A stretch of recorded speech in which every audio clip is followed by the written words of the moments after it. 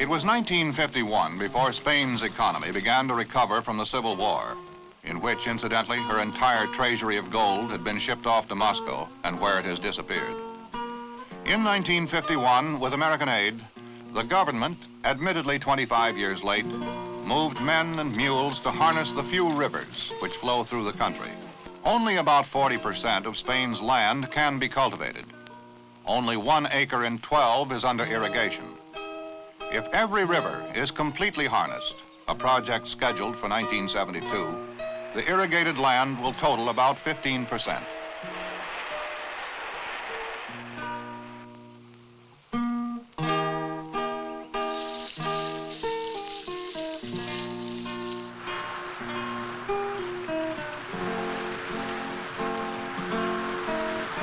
In addition to irrigation, Spain must bring technology, tractors, and fertilizer to the land. It cannot delay much longer a land redistribution to utilize the latifundia. It should give up entirely the growing of wheat, which yields less in Spain than anywhere else in Europe.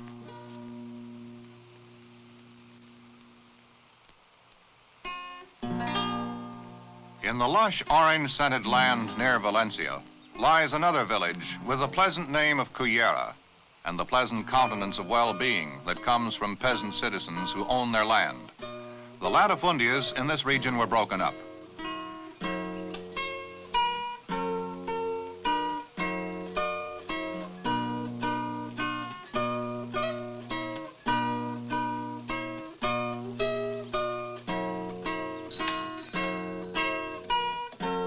This farmer owns about 25 acres, a pleasant house with electricity and running water, and a secure future.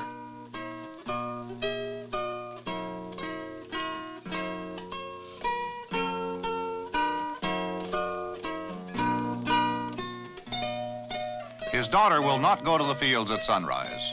She will go to school, to church, to the village festivals. When she marries, her father will spend a small fortune for her gown and the wedding party. But unlike other peasants, he won't go in debt for it. A farm worker here makes 3 times the wage of other areas. And in the evening, the villagers will stroll out to their pleasant countryside or admire the prospect of their homes from the hilltop where the church boasts a lighted cross.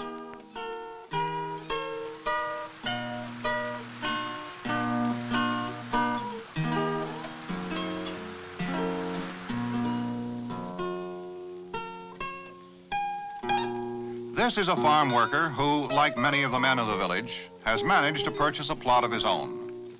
He works on the big farms or in the orange groves during the week, tills his own 5 acres in the evening and on Sundays. His son says he's not going to be a farmer, perhaps a scientist or a doctor. 3 generations.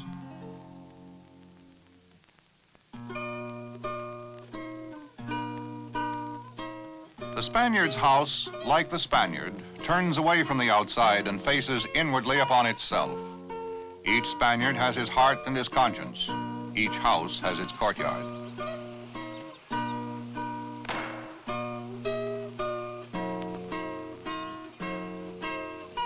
This farmer has farm tools, a motorbike for holidays. His son has a new bicycle and the baby a new stroller. The only entrance to the courtyard is through the house.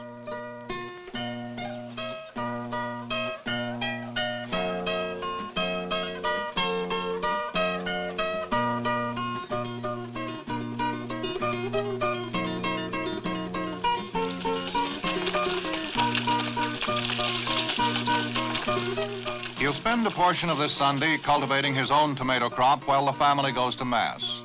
In the afternoon, he may take the family on the motorbike to the countryside, stopping at a cafe for beer, a sandwich, and talk.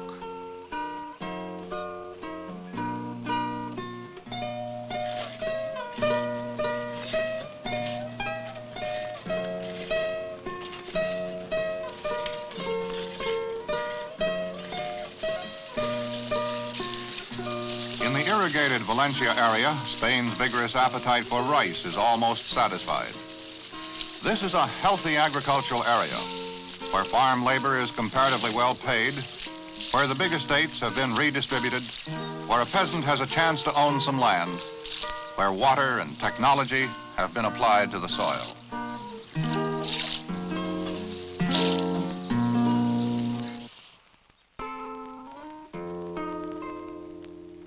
Spain is totally Roman Catholic. A couple synagogues are tolerated, but otherwise no non-Catholic faith is permitted any sort of public display or ceremony. In the small towns and villages, in the parishes of the poor or the plain, the church is at its best. It is enduring and omnipresent, in sickness and in health, in life's small matters. It is present at birth, and it may have encouraged in some way the Spaniard's insistence that he must die gloriously or with significance. The church is part of life and part of the nation, the streets, the land, the government.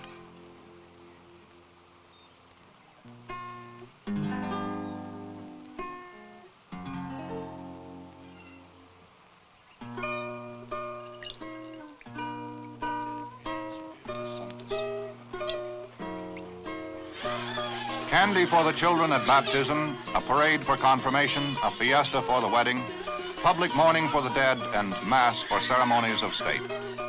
The church ranges from powerful political partner of the government, owner of land and shaper of national policy, to dispenser of solace and humble comforter of the Spanish spirit.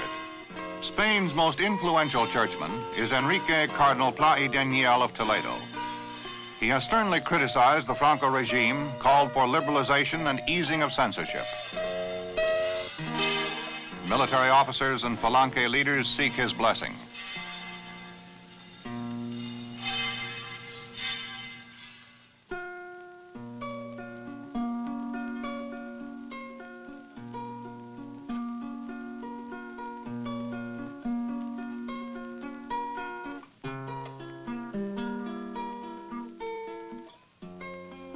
Holy Week in Sevilla is the most extravagant spectacle of the Roman Catholic world. Each parish parades through the city streets and plazas its religious float, encrusted with generations of gold and silver leaf and precious stones.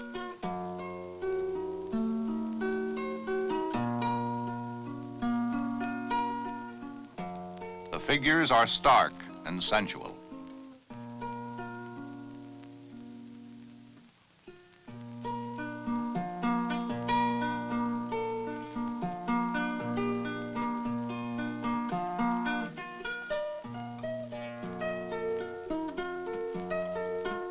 Penitentes will follow the floats, some in search of forgiveness, some in search of status, or in pursuit of custom.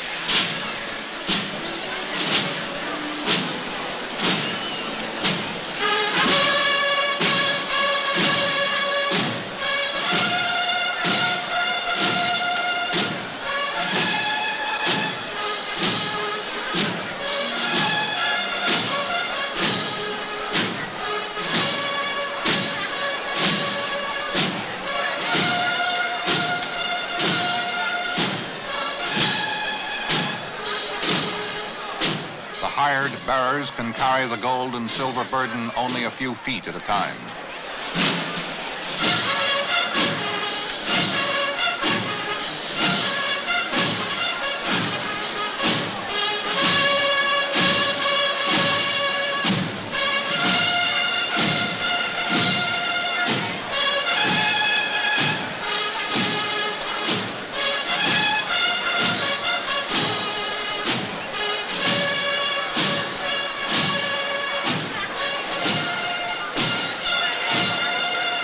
A spectator volunteers the wild song of the Saeta, rich with the cry of the Moors and the love song to the Virgin.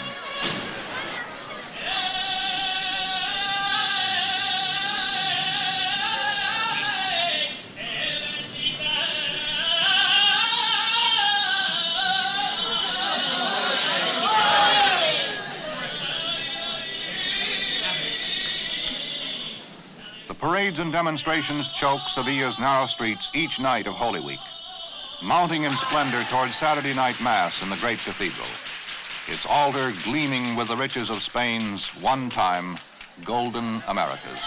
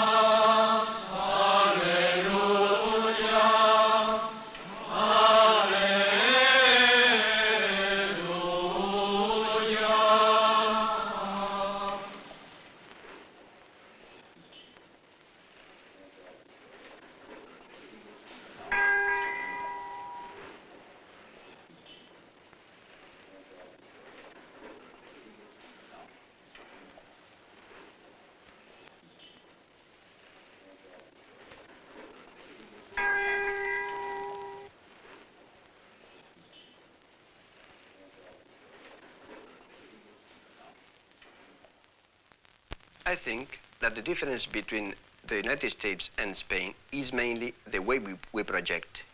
The American projects to medium distances, a year, 2 years, a contract, a job, a wedding. We project to extreme distances. We Spaniards project for this afternoon or for our whole life.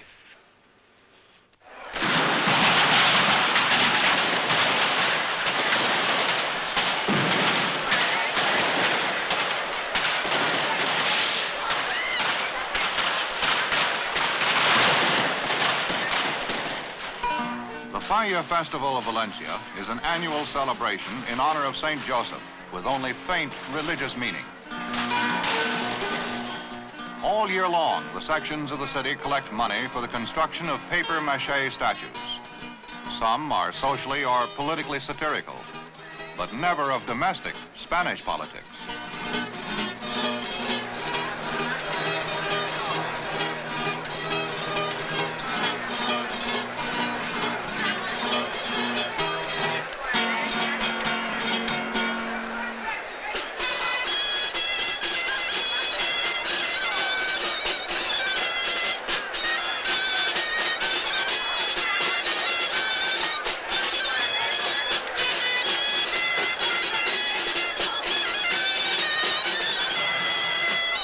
The UN Circus, it's called. Subtitle, The World Band of Troublemakers. Playing the last number. Khrushchev beating the drum with his shoe. Kennedy playing the triangle. Castro the cymbal. And de Gaulle the trombone. On the climactic night of the festival, with characteristic Spanish extravagance, the fires are strung with fireworks and put to the torch.